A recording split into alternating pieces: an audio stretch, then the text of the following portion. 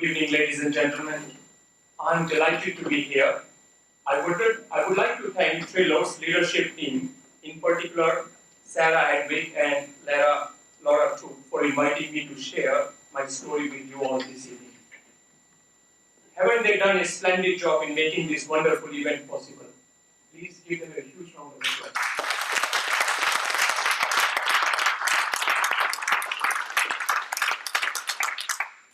The best way to predict your future is to create it. These are the famous words of Abraham Lincoln, which I remember and follow every day in my life.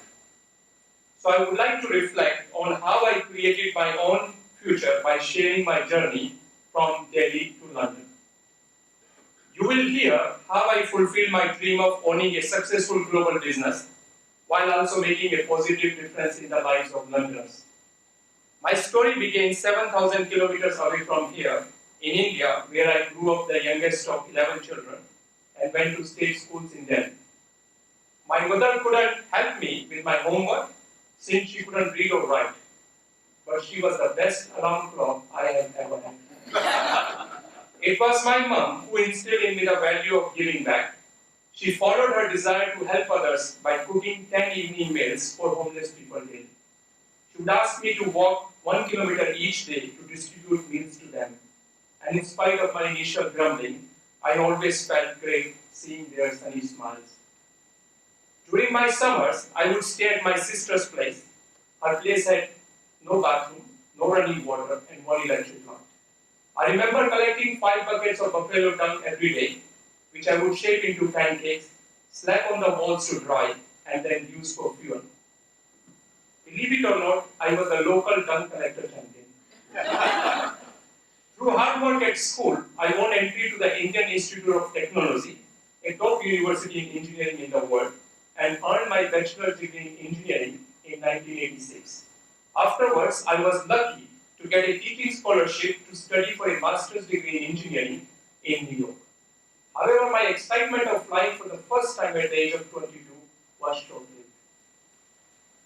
The second I stepped off the plane, I dropped to the bottom of society.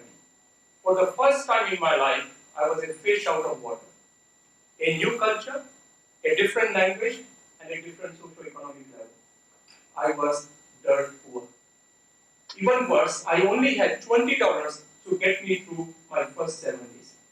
But I reminded myself that I have come to New York to fulfill my dream of owning a global business. I desperately needed some guidance and encouragement. This was when I began to take help from others and started attending a local church. Its leaders advised me to root myself in the community and keep learning. And at this time, I also realized that in order to be a successful entrepreneur, I needed to acquire a combination of 3 ingredients: top business skills, substantial savings, and a global profile. I estimated it would take long hours, a razor-sharp focus, and making personal sacrifices for 10 to 15 years. Visualizing my goal every day, I implemented my plan. I focused on my studies and decided to save 50% of my monthly scholarship, which was no easy feat. I never ate out in New York for the first 12 months, including at McDonald's, but I always had the most delicious food every day because I cooked it myself. As I was getting a grip on my life, I suffered a brain hemorrhage. Standing here today, it is difficult for me to describe how much support I got from my family members and my wonderful roommates. I always remember what they did for me. With their assistance, I was able to graduate with my master's degree in engineering and got a job as a transportation engineer. I then set a goal of saving $50,000 in 3 years. I worked overtime all the time. When not working 60 hours per week, I would use my time to volunteer as a firefighter and work on my funny accent. And by the way, I had no accent problem in India. I can't tell you how happy I felt when I had saved $50,000, enough to pursue my next dream, that is to studying at a top business school. In 1992, I completed my MBA from UCLA with the Dean's Outstanding Student Award, highest honor given to any student. And I had no outstanding debt. And as you can imagine, Wonga.com didn't like me at all. After graduation, I joined sales and trading at Goldman Sachs on Wall Street and they set a goal of saving $1 million in the next 10 years. By the way, I was interviewed 31 times before I got that job. From day one, I started working at least 80 hours a week, but I enjoyed the non-stop, intense competition. Having worked on Wall Street, I gained a global profile by living in London, Tokyo, and Zurich while consulting with senior bankers. By working diligently, just like how my mom did to raise 11 kids, I achieved my goal of saving $1 million 3 years earlier than planned. Now armed with my education, savings, and global profile, I launched my company Global Markets Consultant in 2002 in the city of London. I'm proud that my company has contributed millions in corporate and individual taxes to HMRC and created hundreds of management jobs.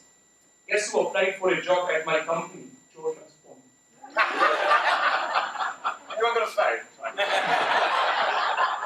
I'm also pleased to share that my company won the preferred business supplier status of Deutsche Bank every year between 2005 and 2013. And most importantly, I'm proud that my company promotes diversity at all levels and encourages staff to give back to their communities. My significant savings enabled me to retire at the age of 45 and pursue my charitable traveling and community endeavors. I have served as a magistrate for 7 years. I share my business expertise with 15 charities as a patron or board member. And I have raised about £300,000 for charities by completing challenges which have pushed me to my physical limits. These challenges include running the London Marathon, climbing Mount Kilimanjaro, and cycling 500 kilometers across Vietnam and Cambodia. My next goal is to do something worthwhile for Treloar.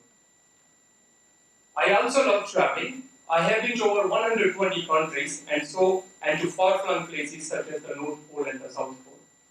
Do you love polar bears? Then I suggest you go to the North Pole.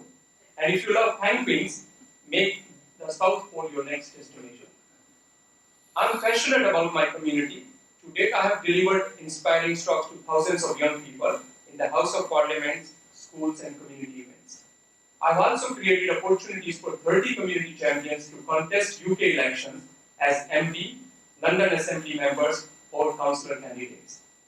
This has not only brought their unrecognized leadership skills into the limelight, but also promoted diversity, equality, and inclusiveness at the top in London. To recognize my contribution, I was invited to have lunch on the top table with Her Majesty the Queen at a Diamond Jubilee celebration. And there is no doubt that she is truly an inspiration for all of us. In 2013, I was awarded an OBE for the services to the economy and promoting charitable giving. And a year later, I was presented the Individual Community Spirit Award by Boris Johnson at the London Leadership and Peace Awards. And I'm thrilled to say that last week I was elected as a Common Councilman in the City of London.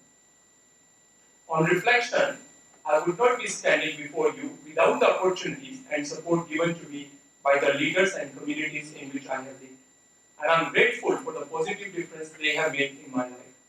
I'm here because of my family. I'm here because of my wonderful friends. And I'm here because of the opportunities provided to me by the UK.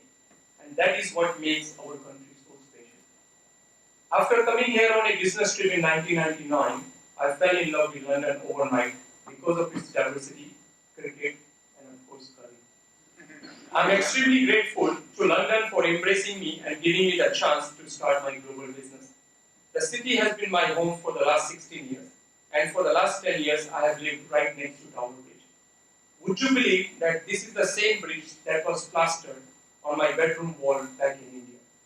In closing, following what my mom instilled in me, I want to continue giving back to London what it has given to me. My goal now is to ensure my giving back account is bigger than my bank account. I've already committed 100% of my talent and time and £3 million of my savings to promote entrepreneurship, education, and employability for all Londoners. My hope is that London will continue to be a great city for everyone to work, live, and to do business. And together we can make this happen. Ladies and gentlemen, that is my dream.